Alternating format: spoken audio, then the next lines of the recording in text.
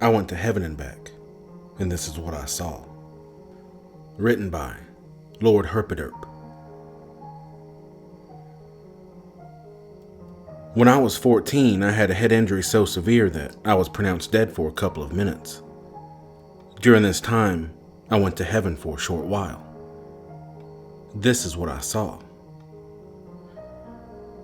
First of all, let me just say that neither I nor my family is extremely religious.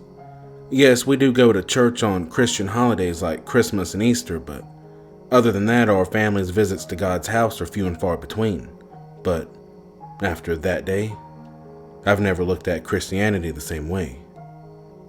For starters, there was no one at the pearly gates. It's just open. There was a podium to the left side, but it was barren.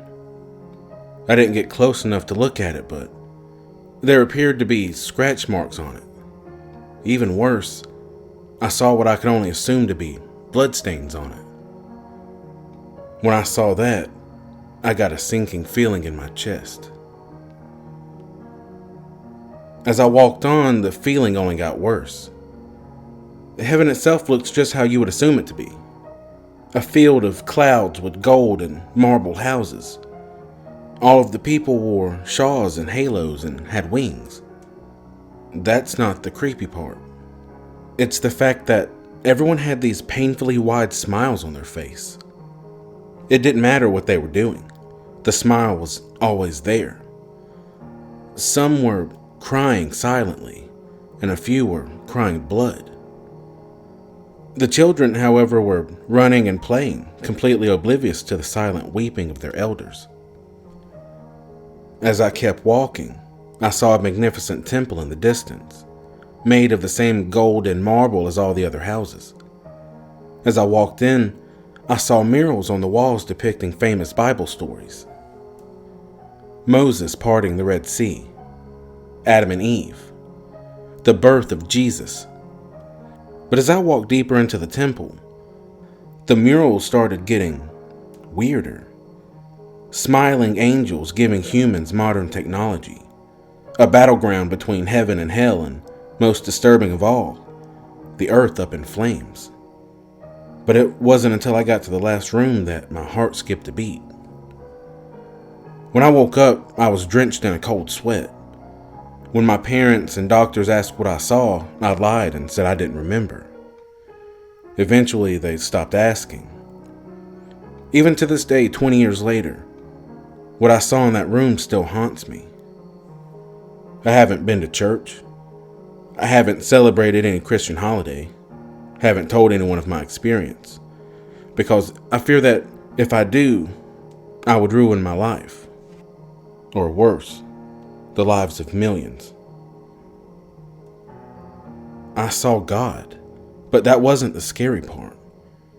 It wasn't the fact that he was a 6-foot tall muscular man, and not a glowing being that fits the stereotype. It wasn't the fact that the room was covered in blood and bones, and it wasn't the obsidian throne in the center of the room. No, it was the fact that God was on his knees, praying at the foot of the throne.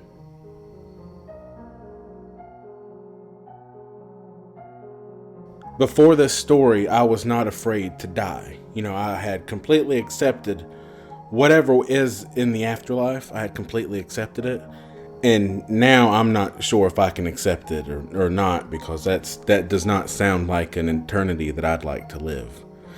I'd like to thank Lord Herpaderp for letting me narrate this amazing and somewhat depressing story.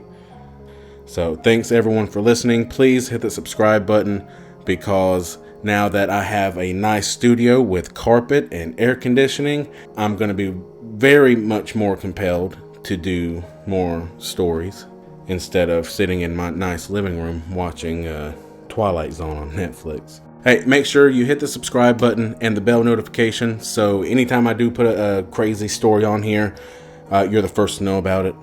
And make sure you give it a like, comment down in the comment section, something, I don't care what, anything random, suggestion on what kind of, Bigfoot. I did a Bigfoot story. Go listen to it. I think it's pretty funny. It's kind of vulgar. It's a little weird and out there, but I thought it was a very fun video to make. If you liked it, comment on it. Tell me to make more, and I'll make as many cryptid comedy videos as I can.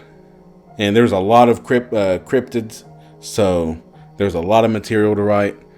And I will work harder on them and make them longer, and they'll be pretty tight. So check that out, and we'll see you next time.